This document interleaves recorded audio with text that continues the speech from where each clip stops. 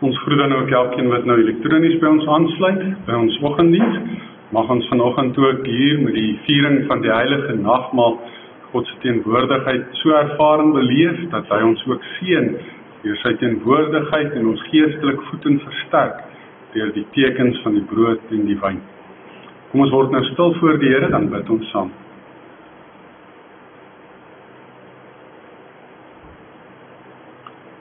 Dierbare Heiland,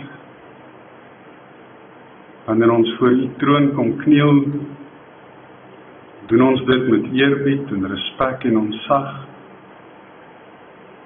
met ons U wil aanbid, is die enigste ware, almagtige en lewende God. Ons loof U omdat U alles weet en alles sien. Ons loof U omdat U ons ken. U ken ons so goed, Vader, dat U selfs weet van elke haar wat ons het. U sorg vir ons soos 'n vader vir sy kinders sorg. U sorg vir die voëls van die veld. En U sorg ook vir die lelies. U kleë hulle met pragt en majesteit. Net so, Here, sorg U ook vir ons wat vir U baie kosbaar is. Ons dank U omdat U ons regtig lief het. Dat U ons tot die uiterste toe lief het. Omdat daar in U liefde vir ons geen einde is nie, en dit ook nie gemeet of gepyl kan word. Saam met Paulus wil ons ook vra dat elkeen van ons ook sal besef hoe ver en wyd en hoog en diep U liefde strek, die liefde wat U in Christus Jesus aan ons bewys het. Ons dank U dat U met dieselfde krag waarmee Christus uit die dood opgewek is, ook binne in ons werk, sodat U ook U beeld in ons lewens sigbaar kan laat word.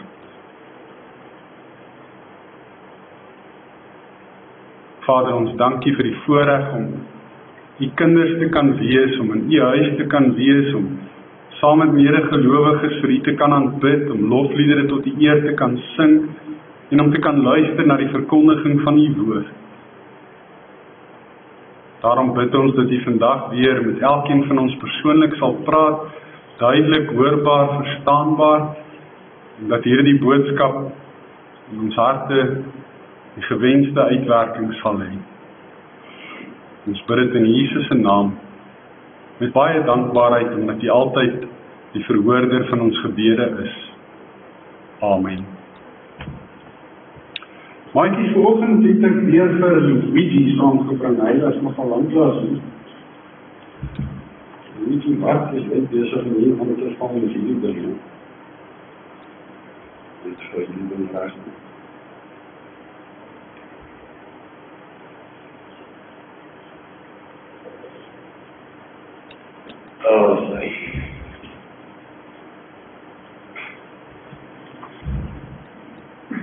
Goeiemôre Luigi. Buongiorno, buongiorno, buongiorno, la vita bella. Ja, nee, ons weet die lewe is wonderlik, die lewe is 'n lied, en die lewe is baie mooi, en ons is dankbaar dat jy ook hier kan wees vanoggend. Hoe gaan dit met jou? Met my, I am going very well, thank you so very much, yeah. And I see all the beautiful ladies, and I kiss the beautiful ladies, and I kiss. Okay, ja, ons weet jy wil dit graag doen, maar jy kan nie dit doen nie.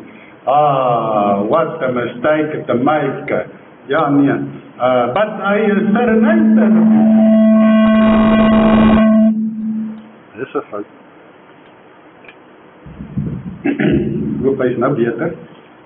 I serenade the beautiful ladies.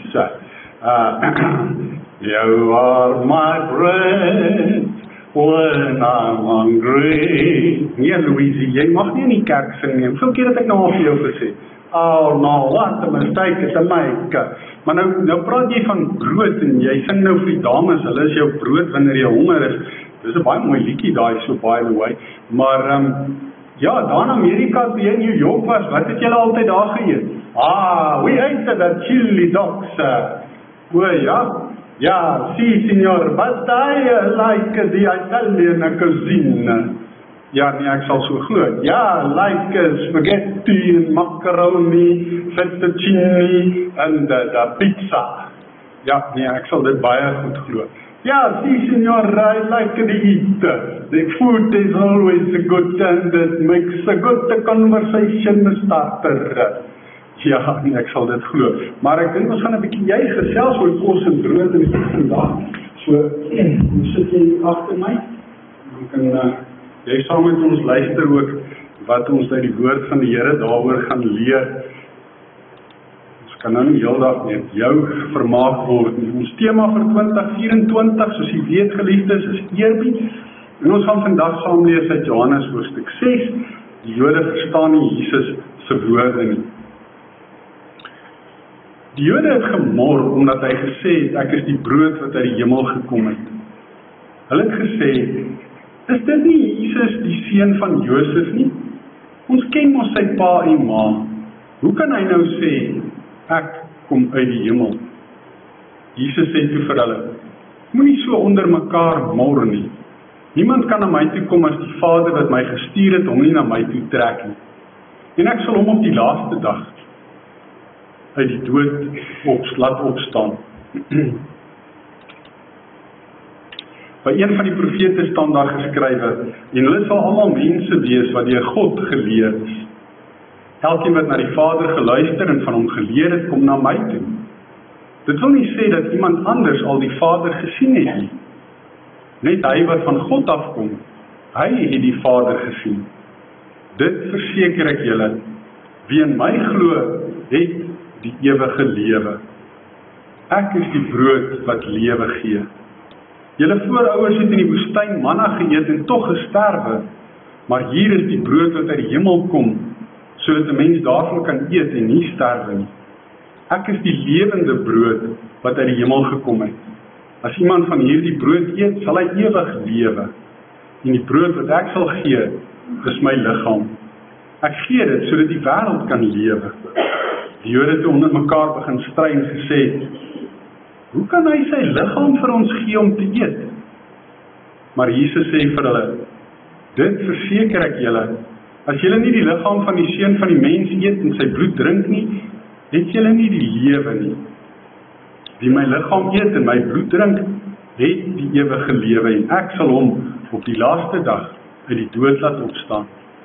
My liggaam is die ware voedsel en my bloed is die ware drank. Wie my liggaam eet en my bloed drink, bly in my en ek in hom, soos die lewende Vader my gestuur het.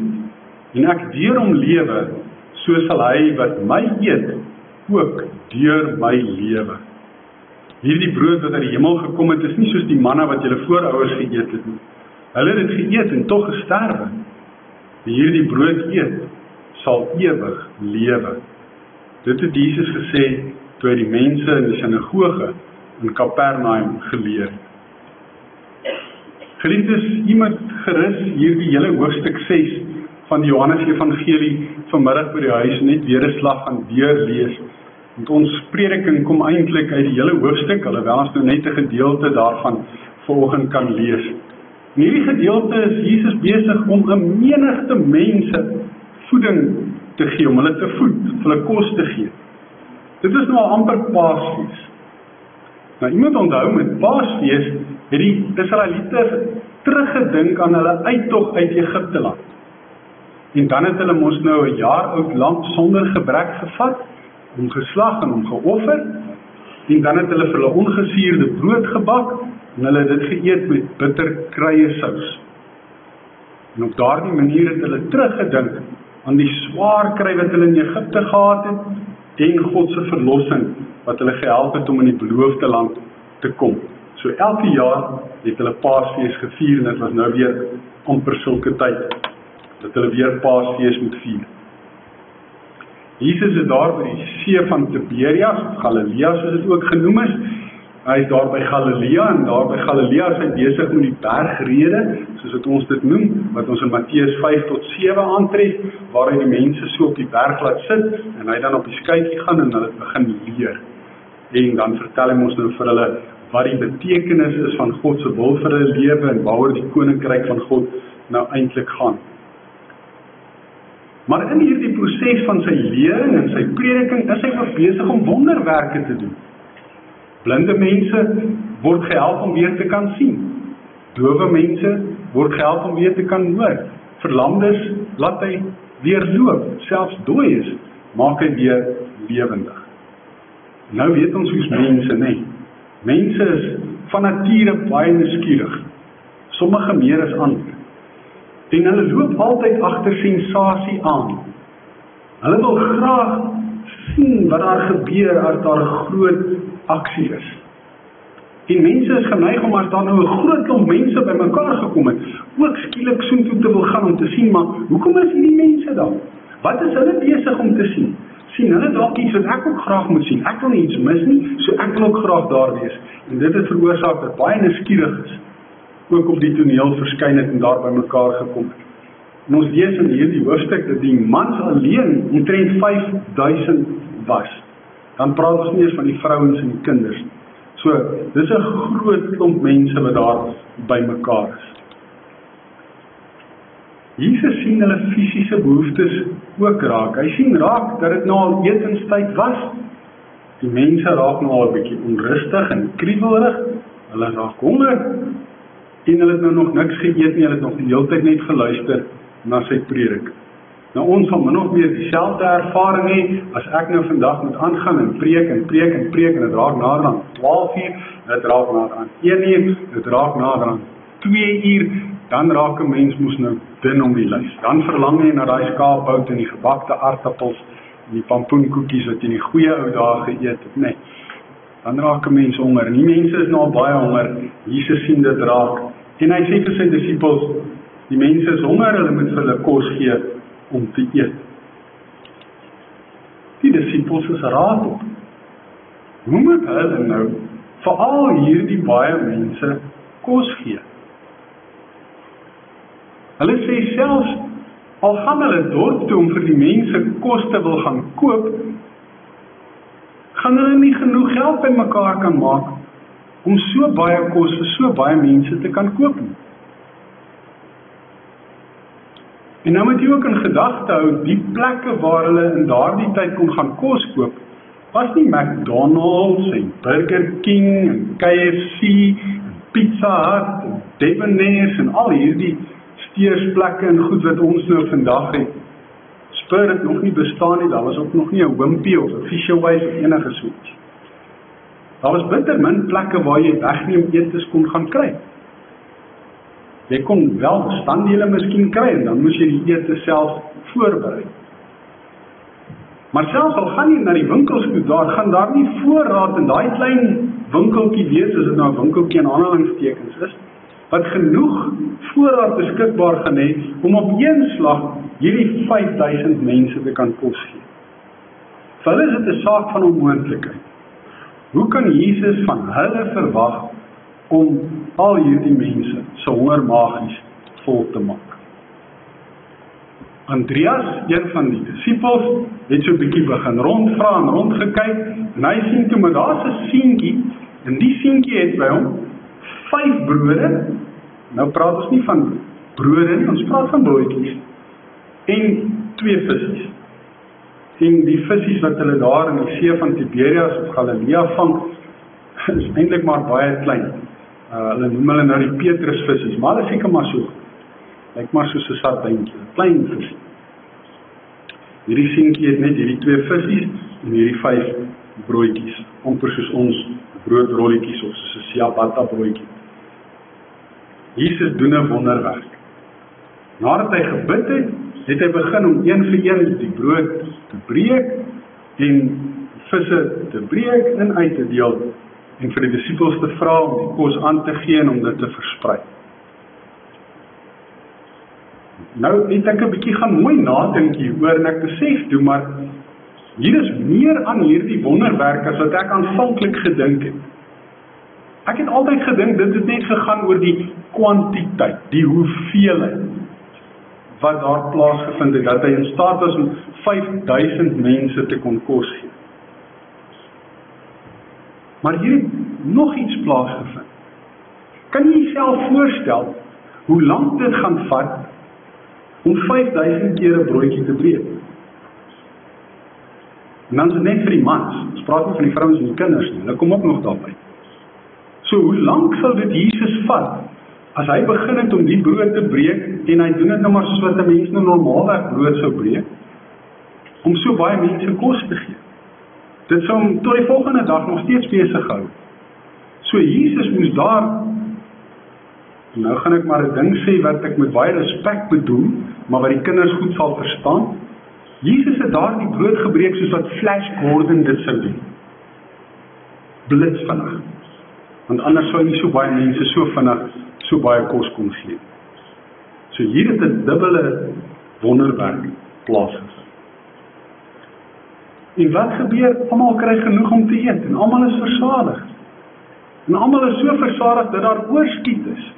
En Jesus stuur sy disippels om al die oorskiet bymekaar te maak en hulle tel 12 mandjies vol bymekaar van al die oorskiet. So Jesus het 'n oorvloed almal se maagies vol gemaak en almal het baie lekker geëet. En al was dit 'n gewone broodjie en 'n gewone visie, het dit nie soos 'n gewone broodjie en 'n gewone visie geproe nie. Dit moes geproe het soos net die beste. En hoekom sê ek so? Toe Jesus die water in wyn verander het, al die mense gesê, hoekom los hy die lekkerste en die beste vir laaste? So as God iets doen, dan doen hy dit behoorlik. Die menigte mense wat versadig geword het, wat so lekker geëet het, hulle is verwonderd oor hierdie wonderwerk, want dit wat hier voor hulle oë afgespeel het, was dood eenvoudig 'n wonderwerk van God af, niks anders nie. En hulle kom tot die volgende gevolgtrekking, hulle sê, hy is werklik die profeet, die een wat na die wêreld toe moes kom. Wat beteken dit? Dit beteken hulle kyk terug na die Ou Testament. En in die Ou Testament wat destyds hulle Bybel was, het hulle gelees van die profete wat vertel het dat daar 'n profeet gaan kom, wat 'n Messias gaan wees. Messias beteken gesalfde, en in Grieks is dit die woord Christus. Daar gaan 'n gesalfde profeet kom wat amptelik deur God aangestel gaan word en wat die grootste koning gaan wees wat daar nog ooit was. Van ewigheid tot ewigheid gaan sy koninkryk wees en hy gaan die wêreld verlos. Dis die verwagting wat hulle gekoester het, en toe hulle nou hierdie wonderwerk sien, toe besef hulle, maar Jesus is die Christus, die Messias, die een wat na die wêreld toe moes kom. Wat wil hulle doen? Hulle wil hom toe sommer net daar en dan met geweld koning maak. Hulle wil hom kroon. Hulle wil hê hy moet sy koningsheerskappy nou aanvaar en hy moet nou begin regeer as koning. Die fout wat hulle gemaak het was om nie te besef dat dit God se koninkryk is wat hier ter sprake is en nie hulle koninkryk. Wanneer hulle iemand tot koning salf en hom tot koning maak, dan is hulle eintlik besig met hulle eie koninkryk om hom te bou. Maar Jesus is besig met God se koninkryk en God se koninkryk behels dat daar 'n groot stuk verlossingswerk is wat eers afgehandel moet word voordat hy kan opvaar na die hemel en sy plek as koning kan inneem. Die tyd is dus nog nie ryp nie. En daarom glip hy so vinnig onder hulle uit en hy klim alleen teen die berg uit. Nou weet ons, hy daar gaan bid, want daar was baie kere wat hy alleen teen die berg opgegaan het om te gaan bid en saam met God stil te wees. En dan vind daardie nag nog 'n wonderwerk plaas. Jesus het vir sy disippels net voordat hy weggegaan het heel waarskynlik gesê, klim in skuitjie, gaan oor na Kapernaum toe. En toe hy daar alleen op die berg op is, het hulle dit gedoen, in die skytjie geklim, en begin roei om by Kapernaum uit te kom. En dit was al donker geweest, die son het reeds ondergegaan, en die see het onstuimig geword, en daar het 'n baie sterk wind gewaai. Toe hulle so 5 of 6 kilometer van die land af is, toe sien hulle maar, wat is daai? Dit lyk soos iemand wat hier na ons toe aankom, op die water, nie in 'n skytjie of in 'n bootjie nie, iemand wat op die water loop. En hoe nader hierdie figuur kom, hoe banger het hulle geword. In die ander evangelies lees ons, hulle het gedink, dit moet 'n spook wees. En hulle was baie bang. Maar nadat Jesus hulle gerus gestel het en gesê het dat hy is, het hulle hom aan boord laat kom, sodat hy in die skytjie kon klim. So Jesus wat op die water loop, is nog 'n wonderwerk wat gebeur. Nou al hierdie mense wat nou die vorige dag daar by mekaar was, na Jesus se prediking geluister het, en so verskriklik lekker geëet het. Hulle gaan soek vir Jesus. Wat het van hom geword? En hulle soek hom daar oral teen die berg, en oral op die oewer, en hulle kry hom nêrens. En al wat hulle kan dink is, wel, die disippels het Kapernaum toe gegaan, hy moet seker ook Kapernaum toe gegaan het, en toe die vissers nou met hulle skuite ingekom, het hulle die skuite begin annekseer, en hulle het oorgevaar na Kapernaum toe, op soek na Jesus. En dan kry hulle kry hom daar aan die ander kant, en dan vra hulle vir hom, wanneer en hoe het hy daarheen gekom? Hulle het net die disippels gesien vertrek, daar was nie ander skuite ook nie. Om al die pad om te loop, sou meer as 'n dag gevat. Hoe kon Jesus so vinnig aan die ander kant gekom het? Hulle wil dit graag weet. Hulle wil graag verstaan wat het hier gebeur. Was hier weer 'n Flash Gordon episode. Snaaks genoeg antwoord Jesus nie hulle vraag nie. Hy sê nie vir hulle, ek het op die water geloop en toe in die skytjie geklim en saam met die disippels verder na die oorkant toe gegaan.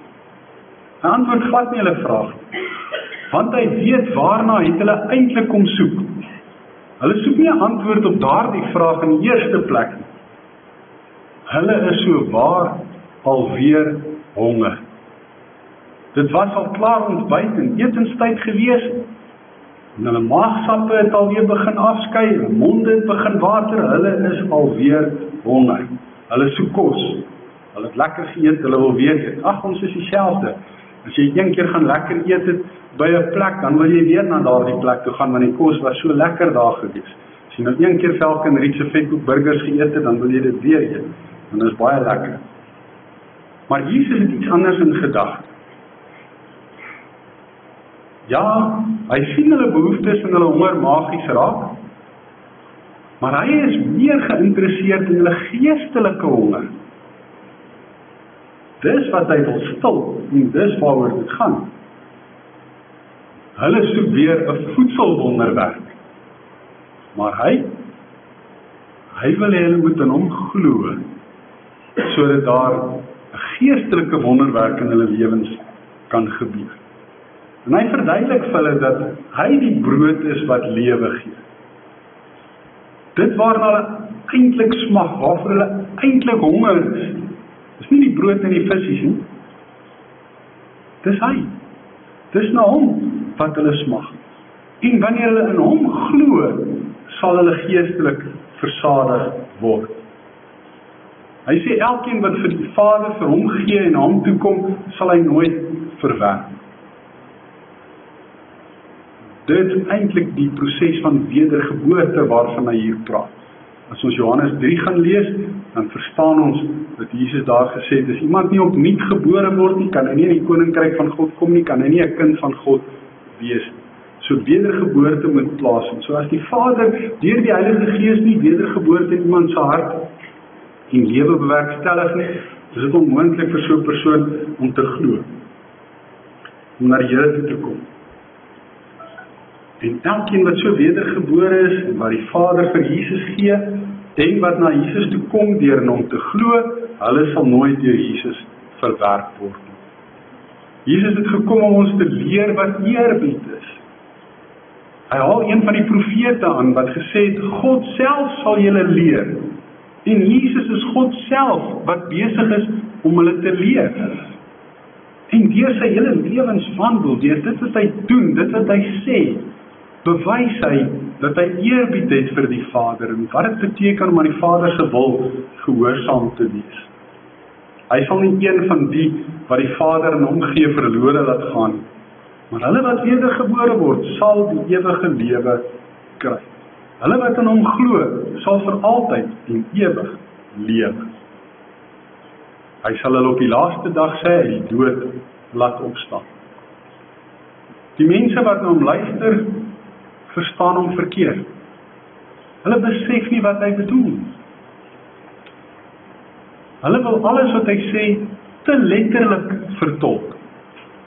Hulle kom nie agter wanneer hy besig is om met metafore, simbolies met hulle te praat. Hulle dink hy bedoel elke woord letterlik woord vir woord. En ongelukkig lees baie mense die Bybel ook so. Hulle kom nie agter watter dele is simbolies en metafories bedoel en watter is letterlik bedoel. En hulle neem goed letterlik op wat eintlik nie letterlik opgeneem moet word.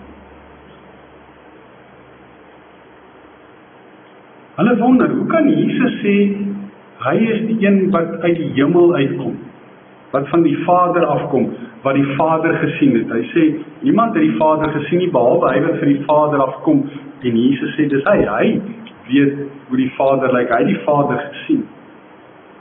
Hulle sê, maar hoe is dit moontlik dat hy van die hemel af kan kom? Ons ken sy ouers, ons weet is Josef en Maria. Hy kan ons nie sê, hy kom uit die hemel uit. En dan wanneer hy van hulle gesê het, as julle nie my liggaam eet en my bloed drink nie, gaan julle nie die lewe in julle kan hê nie. Het hulle gedink, hy bedoel dit letterlik, amper kannibalisties, kan 'n mens sê. En daarom vra hulle, hoe kan hy sy liggaam vir ons gee om te eet? Ons is mos nie kannibale nie. Selfs van sy disippels, dis nou nie die 12 nie, maar dis die breër kring disippels. Hulle sê, wat hy nou sê is net te erg. Wie kan daarin gehoor gee? Dalk is daar van die 12 wat daarmee saamgestem het. Dis nou nie te erg. Te dink ons moet kannibalisties wees. En dan baie van sy volgelinge, die breër, die groter groep, het hieroor omgedraai. Hulle het huis toe gegaan en hulle het Jesus verlaat. Hulle het hom nie langer gevolg. Hulle het gedink wat hy nou sê, is net heeltemal te erg. Selfs sy eie broers het op daardie stadium nie in hom geglo nie. Hulle het ook gedink, dit wat hy sê, is net te erg. Jesus sê, die ongelowiges sal hom haat, omdat hy die slegte dade wat hulle doen, uitwys. Nou weet ons mos maar hoe werk dit. Niemand hou daarvan om te hoor, hulle het iets verkeerd gedoen. Selfs al weet hulle was verkeerd. Het is nie lekker as iemand anders jou op jou foute wys. En het is moeilik om van iemand te hou wat jou op jou foute wys. Jy hou makliker van iemand wat jou komplimenteer, en wat vir jou vertel hoe oulik is jy, en hoe wonderlik is jy, en al die goeie goed wat jy doen. Jy voel baie makliker aangetrokke tot so iemand, as tot iemand wat vir jou sê, jong, dit en dit en dit in jou lewe is verkeerd, en jy moet sorg dat dit reg. So hulle haat Jesus, omdat hy hulle verkeerde dade by hulle uitwys. Wat is die boodskap wat Jesus deur hierdie gedeelte, en Johannes deur hierdie gedeelte vir ons wil gee, onder inspirasie van die Heilige Gees? Ja, ons moet raak sien, Jesus is die Here, die Almagtige, die Messias. God noem homself dikwels die Here, die Almagtige, in die Ou Testament en by die profete, waarmee ons in die aande besig is, sien ons dit telke male raak. Jesus is die Here, hy is God, want hy kan doen wat net God alleen kan doen. Hy kan meer as 5000 mense kos gee met net 5 brode en net 2 visse. En hy kan dit vinnig doen. Hy kan op water loop. Hy kan al daardie ander wonderwerke doen. Niks is vir hom onmoontlik. Hy is die Messias, hy is die Christus, hy is die een wat die profeet in die Ou Testament aangekondig het, wat gaan kom.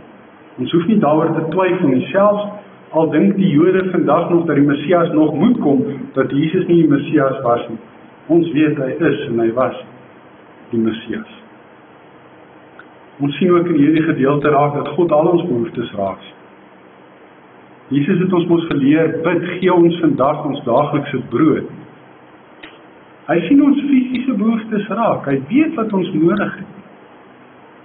Hy is bewus van al ons nood. Ja, hy weet as jy besig is om te verdrink in al jou skuld. Hy weet as jy wonder waar jy môre jou inkomste vandaan gaan kry om dit te betaal en dan nog van te lewe. Hy sien dit raak.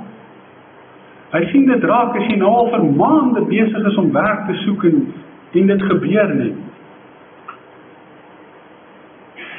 Hy sien elke een wat honger is, fisies honger is, sien hy raak en hy is bewus daarvan. Ons geestelike behoeftes is egter vir hom die heel belangrikste. Dit is die hoogste prioriteit vir Jesus. Ja, hy sal graag brood en visse uitdeel, maar hy wil eerder homself gee. Hy wil eerder ware liefde bewys om homself onselfsugtig aan die kruis op te offer, sodat elkeen wat in hom glo, nie verlore sal gaan nie, maar die ewige lewe kan hê. En hy sê nou in vers 47 wat ons gelees het, dit verseker ek julle, wie in my glo, het die ewige lewe. Dis 'n teksvers wat jy moet memoriseer, wat jy goed moet ken. Want God maak aan jou 'n belofte. En hy sal nie sy beloftes verbreek nie, en hy sal ook nie vir jou jok nie. As jy in Jesus glo, dan het jy die ewige lewe. En dis tog die heel belangrikste van alles. Ja, God verwerp en vergeet nooit sy kinders. Dit gebeur partykeer dat 'n mens voel, die Here het my vergeet, die Here het my verlaat. Dit voel vir jou so, maar wat is die werklikheid? Die feit van die saak is, al voel dit dalk vir jou asof God ver van jou af is, hy sal jou nooit verlaat en hy sal jou nooit in die steek laat nie. Dis wat hy jou beloof in sy woord. Hy is daar vir jou. Om jou te help. Om jou te help om verlos te word, om die ewige lewe te kry. En daar's net een manier om geestelik versadig te word, en dis deur geloof in Jesus Christus. As jy nie glo dat hy God is, dat hy die Messias is, dat hy die verlosser is, dan gaan jy altyd geestelik honger bly. Jy gaan nooit geestelik versadig word.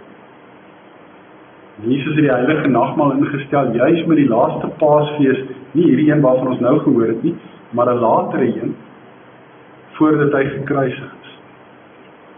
Daar het hy tydens die Paasfees die brood geneem, en hy het dit gebreek, nadat hy gedank het en gebid het, en hy het dit vir hulle uitgedeel, en hy het gesê, neem eet, dit is my liggaam, dis vir julle, doen dit tot my gedagtenis.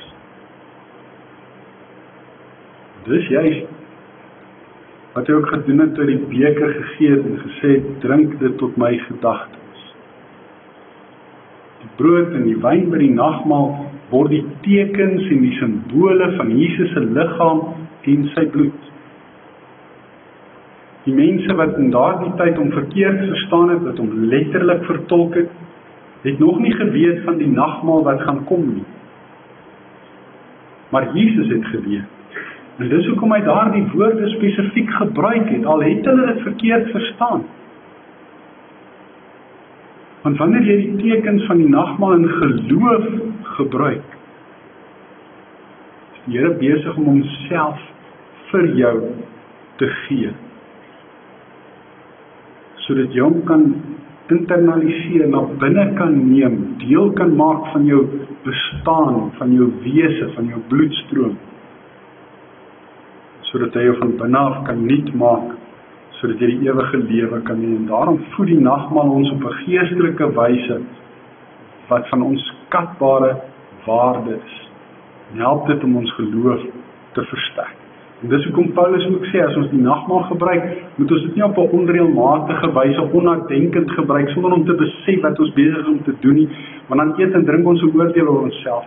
Ons moet vrede maak eers met God en met ons naaste, ons moet sorg dat ons tot bekering kom, dat ons sondes vir die Here gee met berou, dat ons hom vra om ons te vergewe, sodat ons gereed kan wees om vir Jesus simbolies deur die brood en die wyn in ontvangs te kan neem,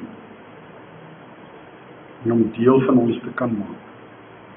Uit eerbied vir God, moet ons in Jesus glo, en uit dankbaarheid vir ons verlossing, moet ons net soos Jesus aan God gehoorsaam was, ook gehoorsaam wees aan God se wil.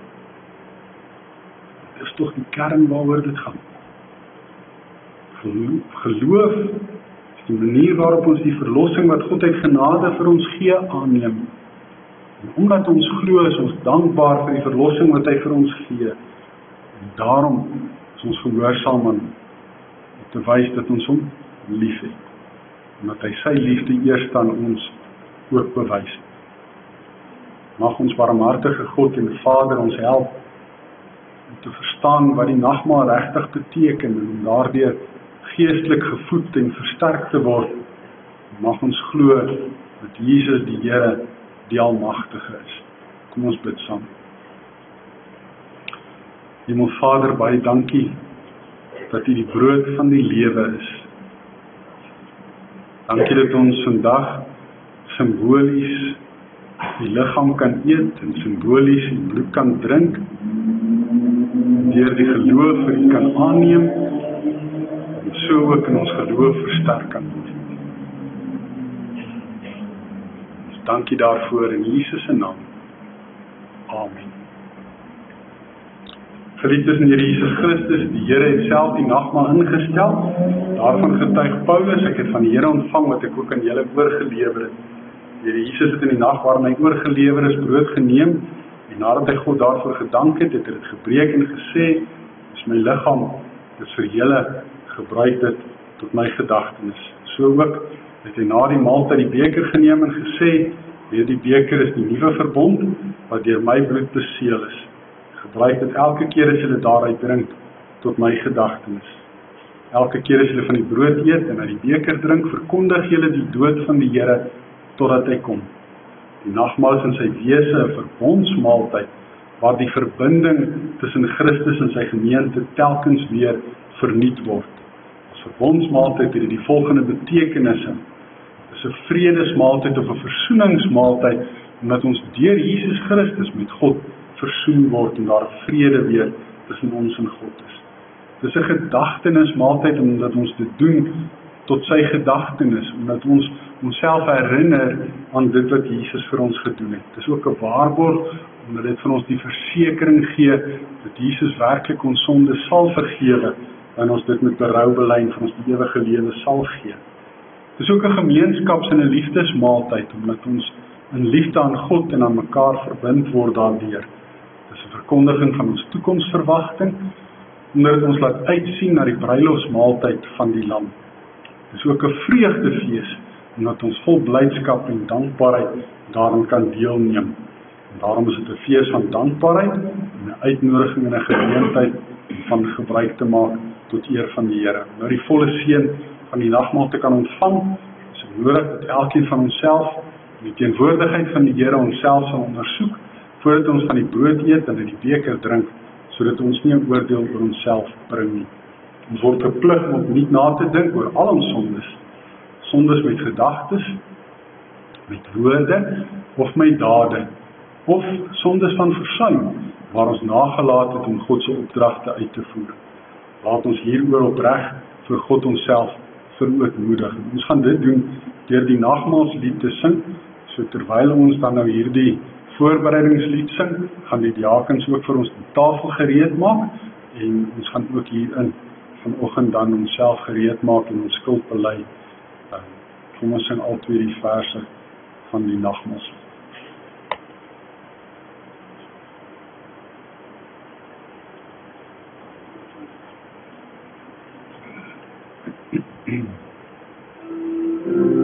Kom op, bly sit.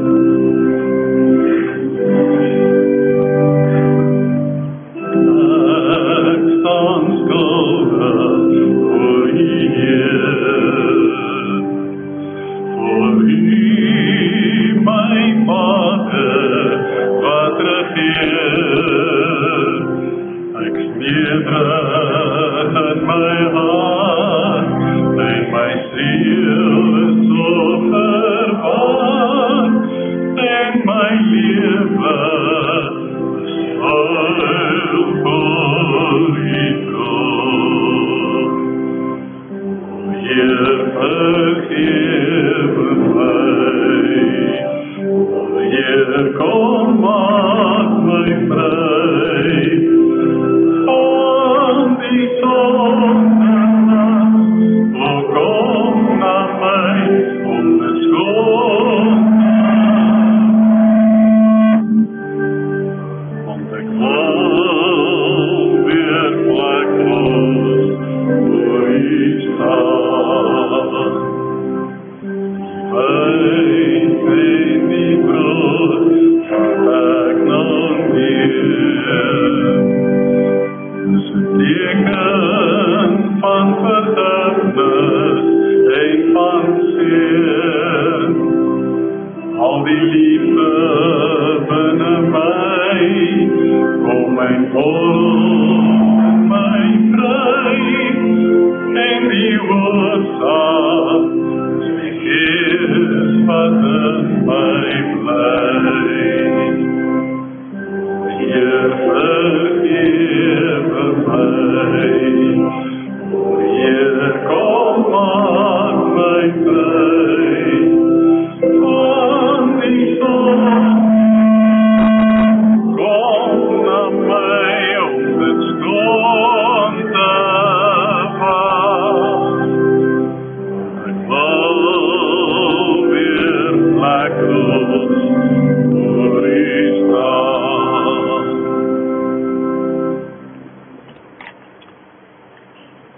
Ekskuus, ek weet nou nie hoekom die mikrofoon vandag so aanhou fluit nie. Ons sal hom volgende keer so klein bietjie net sagter stel. Geliefdes, laat ons dan vasglo dat ons oortredinge vergewe is op grond van die verdienste van ons Here Jesus Christus. Laat ons ernstig daarna streef om met ons hele lewe dankbaarheid aan die Here te bewys deur in ware liefde teenoor Hom en ons medemens te lewe. Mag die almagtige, barmhartige God en Vader van ons Here Jesus Christus deur sy Gees daartoe help. Ek gaan nou afkom na die tafel toe en ek vra die kerkraadslede met wie daar gereël is om saam met my te kom, sodat ons die nagmaal kan bedien.